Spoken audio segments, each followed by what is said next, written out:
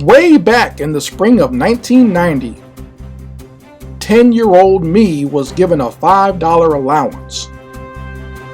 In search of something to spend my money on, I came upon something fantastic at my local convenience store newsstand. It was then that I started a lifelong obsession with the gold standard of sequential art, the comic book. Now, as an old man, I have decided to open up some old boxes and dig into my comic book collection. I decided it's time for me to review and analyze the illustrations and artists that made me Comix Crazy. What is good, everybody? It is Chris Crazy House here again for another episode of Chris Crazy House Presents Comix Crazy. And this is voted on by the fans. I did a poll as to which comic book miniseries from the 1990s I was going to do. And I gave you all the option of doing the return of the Sinister Six in The Amazing Spider-Man, or Streets of Poison in Captain America, or the Black Galaxy Saga in The Mighty Thor. And you folks chose to do The Amazing Spider-Man, the return of the Sinister Six first. So that's what we're going to be doing today. We're going to be doing the first issue and the first part of the return of the Sinister Six. And this is going to be drawn and written by the same creative team that we saw in the last issue of The Amazing Spider-Man, doing that Return of Venom story. And we'll have Dave Michelini doing the writing.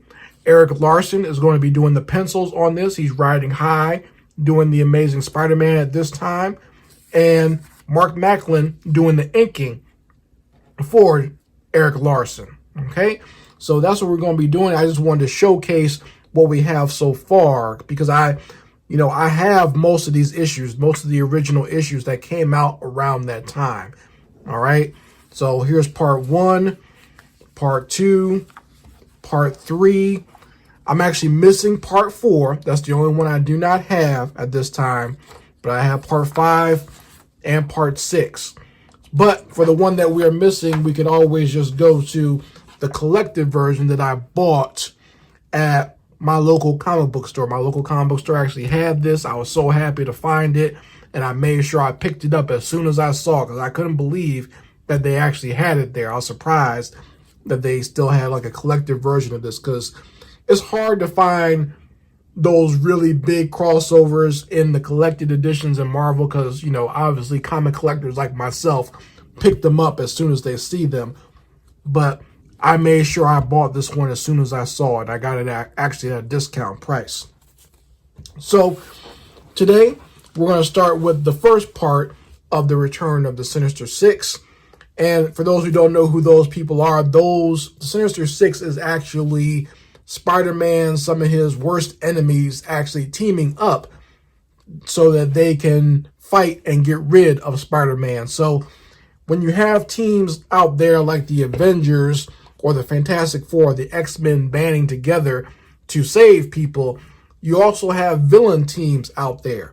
And this is actually like a rogues gallery of Spider-Man's, some of his worst enemies teaming up to fight him.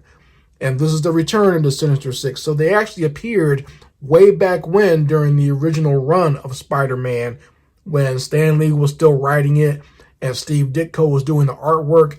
If you can find that issue, if someone has that original issue, or if they have the collective version, because that exists out there now and it's easier to find. I actually read it. I read it at my local library, and it's a well done issue. It's like a well done annual issue, and that showcases the original version of the Sinister Six. Okay, and the original Sinister Six actually contained. So let me give you the roster, so we just have a good idea of who the Sinister Six are. The original roster was Dr. Octopus, Mysterio, Sandman, the Vulture, Electro, and Kraven the Hunter. But at this time, Kraven the Hunter is actually dead. So in the Return of the Sinister Six, we have the Hobgoblin replacing Kraven the Hunter as the sixth member. Okay, so what we'll start out here with is the very first part of this in Amazing Spider-Man 334. I remember picking this up very well, buying this at 7-Eleven in my town, my local town in Long Branch, New Jersey. I remember I was playing Little League Baseball at the time. This was in like the middle of the summertime when I picked this up. I also remember what was playing on the radio when I bought this. When I bought this, Soul to Soul song Back to Life was playing on the radio at the time. I remember that because I was sitting in the back of my dad's car kind of flipping through the pages, and that's what was playing on the radio. So that just gives you a view of the times and what was going on in pop culture when this book came out, okay? And let you know what was going on in my own life when I bought this. So I remember it very much so, all right? And very well done cover by Erik Larsen. You got Spider-Man kind of doing like a side flip here and trying to get away from Dr. Octopus's arms, but also trying to get away from Electro's electric shocks coming out here. And what I like about this is, so this is something to think about, and I thought about this last night before I even recorded this video. I want you to understand something about color theory. Spider-Man is done with primary colors, so he is red and he is blue. So those are his two main colors going on there. So when you have a character that features themselves with like a primary color, you always want to try to use the opposite so that way that they stand out more.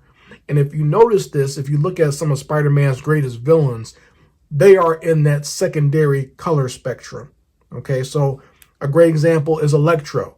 So Spider-Man is red and blue, Electro is yellow and green. Dr. Octopus, when he has on his original outfit, is green and orange.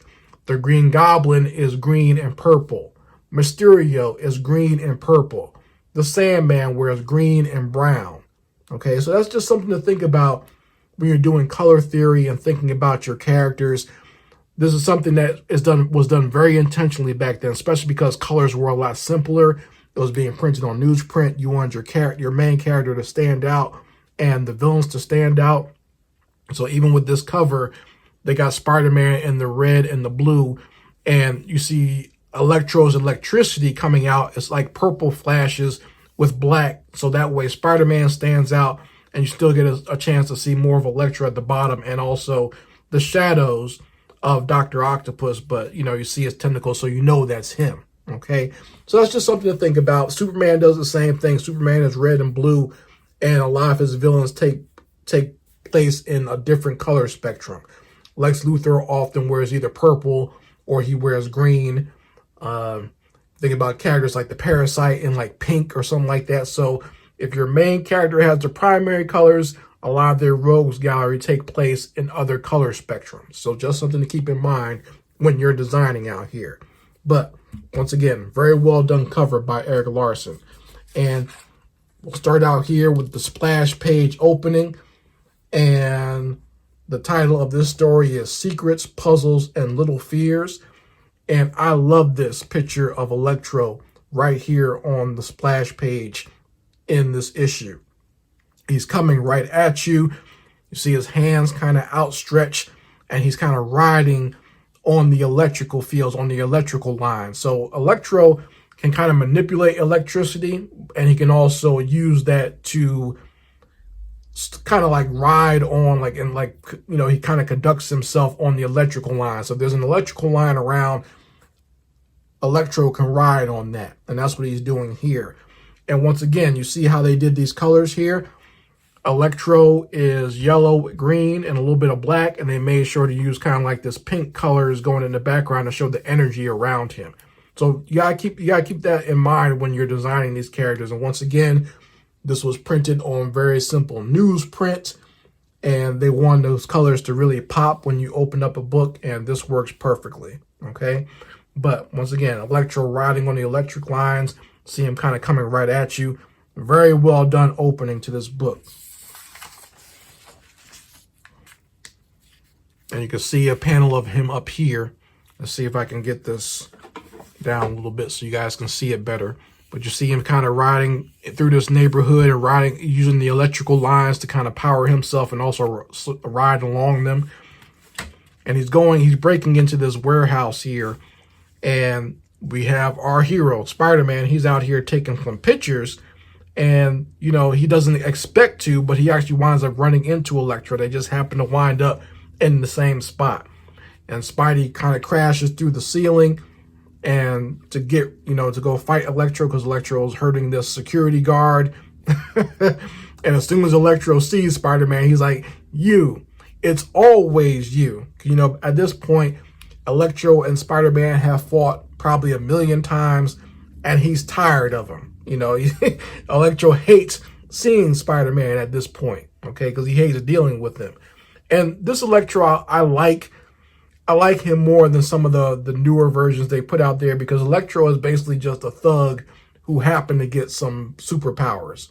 So the only thing he really thinks of is himself. And, you know, he's trying to kind of drain the current from this power plant. And he's thinking about energizing himself, or he's trying to do something where he's stealing something. He's not really the brains behind any operation. I know some of the other versions of Electro, especially in the movies, they made him a scientist, but that's not his character. In the comics, he's really just a thug who usually winds up following somebody else or following someone else's orders. And just so you know, if you guys like comics, your boy Chris Crazy House does comics too. Got my comic book Nukkull-Headz going on right now. It is on sale online at my online store. Issues 1, issue 2, and issue 3 are on sale at the Chris Crazy House store. The links will be in the description box as well as the comments section. So the story is basically that this little girl named Angie goes on an adventure with these group of pirates called the Nukkull-Headz so that they can save the lands of Dream from the evil realm of Nightmare. And there are some people out there who actually do have this issue right here, but they don't realize that there's also a second and a third issue that are available to buy at my online store. So if you haven't got those issues, man, go pick it up. A lot of people usually buy that first one when I do a show, and then they never come back for 2 and 3, man. You got to come back for the 2 and 3 so you can get the rest of the story. Please do. So once again, my online store, the links will be in the description box and pinned in the comments section of this video. So we take a look at these panels, and, you know, Todd McFarlane was the one that started off making Spider-Man a little bit more acrobatic, but Eric Larson continues that trend very well. When the way Spider-Man, when he crashes through to go fight Electro, you see him kind of have his legs kind of spread up like that. He's more in like a impossible position. So I think Todd McFarlane's rationale behind this is when Spider-Man has on the costume, he's more spider-like, he's more insect-like, so he can do some very impossible poses. And you see how Eric Larson continues that. But we also follow this motion here of Spider-Man jumping down and leaping up and bopping Electro in the face and jumping over him. So this is very well done as far as showcasing the action. And, you know, we're doing like the more sexy paneling here because he's crashing through. The panel looks kind of like more jagged and ragged. It's not very straightforward. And we have Electro here fighting Spider-Man, throwing his electrical bolts. Spider-Man is able to move out of the way. And as he's trying to chase Electro, he winds up shooting his web past Electro's head, grabs something behind him and hits him in the back of the head. And he thinks he's about to, you know, take him down real easy. And then all of a sudden, his spider senses go off and we see the popular mechanical arms of Dr. Octopus. Very well done, too, in this panel, showcasing Spider-Man avoiding these mechanical arms. Anybody else, any other superhero probably would have got caught by at least one of them. But Spider-Man is able to evade all 4 arms. But you see how he's kind of twisting his body through there. Very well done. I always enjoyed seeing panels like this. And you get to see a great entrance for Dr. Octopus on the next page. And this is Dr. Octopus when he's in corporate thug pimp mode. He's kind of, you know, showcasing how he's more of the smart, intelligent criminal, and he wears suits. He's not wearing the green and orange jumpsuit like he normally does. he's wearing the suits right now. Styling and profiling, as Ric Flair would say. But well done introduction to Dr. Octopus. And I love how Dr. Octopus is just kind of sitting there talking with Electro. This is something that is done in a lot of comics where Dr. Octopus will be doing something else. He'll either be concocting a formula or typing down something on a computer, and his arms will be fighting Spider-Man in a different panel. I like that. I like seeing stuff like that. And here, like I said, he's giving Electro a proposition to join him. And while he's doing that, Spider-Man is trying to avoid getting hit by all these arms. Very well done in that, you know, Dr. Octopus can have these conversations while also fighting Spider-Man at the same time. And we have like the very thin action panels that Eric Larson is known for. Dr. Octopus busts open the ceiling. He has a little airship there. And Electro basically says, hey, if you can get me out of here before the cops show up, I'm with you. I'll do whatever you say. And that's exactly what happens. Dr. Octopus, you know, distracts Spider-Man with the arms, and then him and Electro go up into the airship and both escape. Spider-Man stays there to help out the security guard to make sure that he doesn't die. And, you know, he's there when the paramedics and the fire department get there. And, you know, but the bad guys have gotten away. And Spider-Man is kind of swinging away and wondering what he's gotten himself into the middle of this time. You know, what's going on.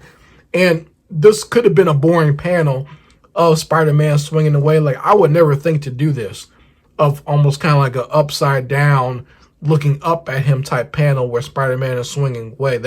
That's very interesting. That's something I'll have to think about when I do my own designs for a comic book panel, because it's interesting. I would never think to do this. And like the fact that it's almost to the side, like a thin panel, and you see him swinging away, that's actually pretty cool. So we go to Peter Parker, who not only is a photographer at this time, but he also has kind of like a part-time job or internship working at the university.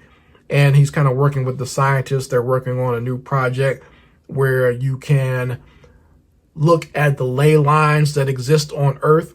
I'll let you do your own research as to what ley lines are, but they're talking about being able to map them out so they can possibly use them maybe as like a power source on Earth. And then who shows up in a cameo to help out with that research? No one but the invincible Iron Man. Okay, so he shows up to help out, and everyone is just so enthralled with Iron Man. And what's funny about this is at the time when Spider-Man is not that popular amongst the populace. So Spider-Man is not very being taken seriously, and he kind of feels bad, you know, or feels a little bit jealous that everyone loves seeing Iron Man there. But he shows up to help out, and, you know, everyone kind of like turns their back and goes to doing something else, and they're still talking about Iron Man. They don't pay Spider-Man any attention. Spider-Man gets no respect. So I enjoy little quirks like that as well, that Spider-Man is actually not a popular hero in this universe. You know, he's popular to us and probably one of the most well-read books amongst comic book fans and comic books in general. But in his own universe, he doesn't get that respect. And I think that's what helps him to become such a lovable character.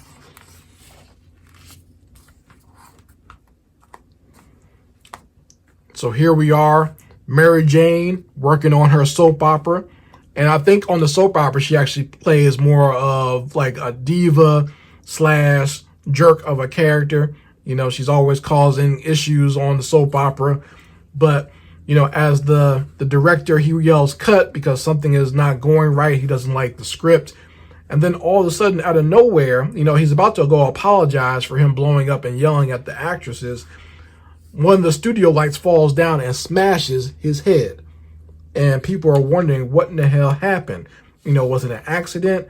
What killed this man? And apparently the lines were cut. So we're going to get more into that as time goes on as to what's going on. Why are all these people dying around Mary Jane? So we go to Peter Parker and Mary Jane in their 80s style. This is where Mary Jane had the big hair. You know, they want to make her more popular or more into pop culture at this time. So late 80s, early 90s, girls had the big hair. So that's why they had her with that. Okay. And they go over to Aunt May's house, and Aunt May at this time, she's dating a new man, and his name is Nathan. But Nathan is on his last leg here. The man is invalid. He's in a wheelchair, but he's also dying of cancer, I believe. But, Aunt May is worried about him, worried about what's going to happen to him. But he's kind of like a grumpy old man at this point. But the man, he still wants to take care of Aunt May. He wants to leave her some money. And that's going to come up later in this story as well, because he decides to leave the house, go rolling around on his wheelchair, and Peter decides to go follow him and see what's up with him. Oh, forgive me. He has a terminal heart condition. He does not have cancer. I apologize for that. So Nathan, he's going out. He went to the bank, actually, to get some money. And some thugs, some young thugs, decide to follow him. And Spider-Man's going to have to come to his rescue, because Peter notices the thugs that are following Nathan, and obviously they're up to no good. So the thugs taking his money, and Spider-Man shows up. This is actually one of my favorite panels in this book. And I always thought it was cool just because Eric Larson was able to put a popular hairstyle at the time in this comic book. Okay, you got the Gumby fade in there, and one of the thugs had the Gumby fade, but Spider-Man bops him in the side of his head. And here you got Spider-Man upside down. One of the thugs has nunchucks. I don't know why, but he has nunchucks, and he's going to try to fight Spider-Man with the nunchucks. Spider-Man just winds up kicking him in the face.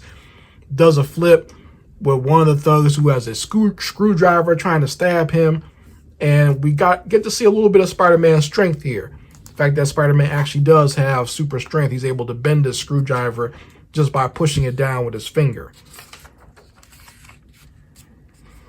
So one of the thugs actually smartens up and decides that he's going to hold Nathan as a hostage. And Spider-Man doesn't want anything bad to happen to this man, so he makes it look like he's going to run away.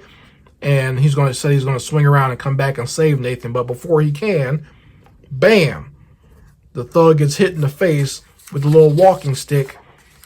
And it was a little old lady that was also walking in the park near Nathan, who winds up saving his life. And Spider-Man jumps right back in, webs the guy's hand and brings him up closer, and basically pulls the guy into his fist. Very well done panel. You can definitely tell what's happening here. And I enjoyed this very much so. You get that kind of first-person perspective of the thug flying up into Spider-Man's fist and getting knocked out unconscious. So Nathan is a little upset, and he's like, give me my bag back. He doesn't really thank Spider-Man for it. He kind of thanks him kind of begrudgingly, but he just wants to get out of there. And Spider-Man's like, damn, this dude is just the grumpiest of grumps. But the old lady explains, like, you know what? When you start getting older like us and your life is flashing before your eyes like this, it's not that he's so much angry, he's scared. And Spider-Man starts to think, I never thought about that. Being an old man like that and knowing that you're going to die very soon from your condition, maybe I should cut him some slack in how he's been acting. And once again, a great panel of Spider-Man swinging away. This is something I would have done in one of the earlier panels when you see him swinging away underneath. This is something more typical as to what you would see, but this one is well done as well. The Spider-Man swinging away. And what I like about this, it tells the story still. You see him swinging away, and we go down here to kind of finish off what the storyline is of Nathan coming back home and then Peter following him behind him. So, interesting way of doing these panels. This is when pages and panels got a lot more sexy, okay? Because a lot of these artists were thinking about not only fulfilling the needs of the audience, but also thinking about how they can make these pages interesting so that they can sell these pages later and make some money, because it wasn't getting paid. Sometimes you weren't getting paid that much just doing work for hire. You were getting paid more when you got to sell these original pages. And comics were very popular at this time, so you can make a nice chunk of change doing so. So we go right here, and we see that there's a young man or an older man, called himself Sylvester Mann at the time, but it's really William Baker, who is the Sandman, and he's kind of living at a halfway house. So at this time, the Sandman was actually trying to go to just, be as a regular person, trying to go straight. He wasn't trying to work as a criminal anymore. So, but Dr. Octopus still approaches him.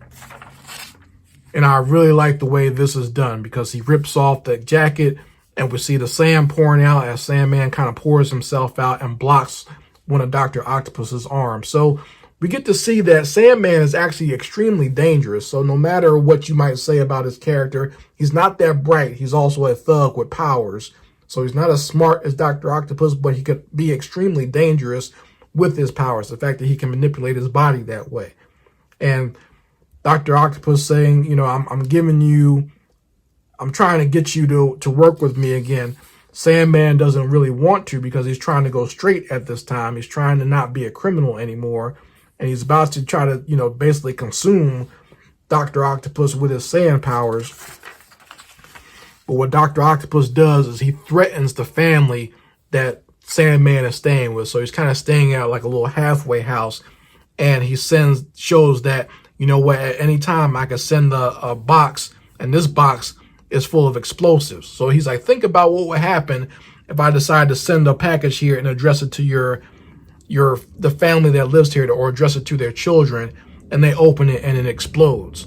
So this is a way to threaten Sandman into working with Dr. Octopus and helping him in his new scheme. And Dr. Octopus basically lets him know, I'm reforming the Sinister Six, and I need you in on this caper. And I love this last panel here. You get to see how just evil Dr. Octopus is, and they let you know in the next issue we're going to get Mysterio and a brand new member of the Sinister Six, which is basically going to be the Hobgoblin. But that is the very first issue of The Amazing Spider-Man 334, The Return of the Sinister Six, Part 1.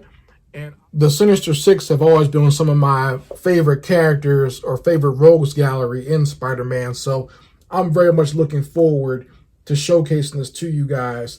And we'll take a look real quick, because I showed you the original issue from 1990. But let's take a quick turn through of this version, the collected version, where they've kind of cleaned up a lot of the colors and made them a lot brighter. I think this was digitally redone so you can see how bright the colors are and see how it should look in its best form. Okay,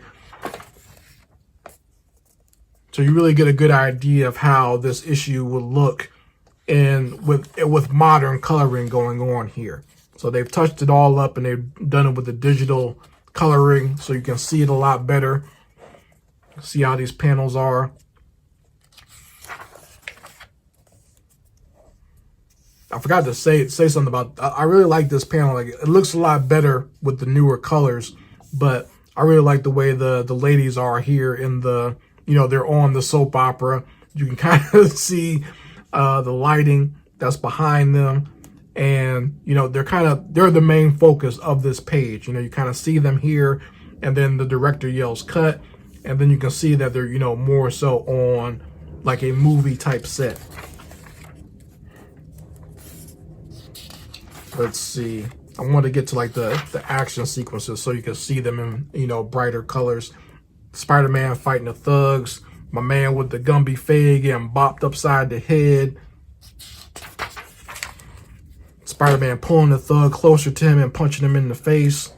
This is a well done panel as well. Spider-Man swinging away. You can see how, you notice how Eric Larson did these types of actions in different ways just through this book. He did them in 3 different ways. One shot from below, another kind of straight on, but Spider-Man kind of swinging away, doing kind of like a little split.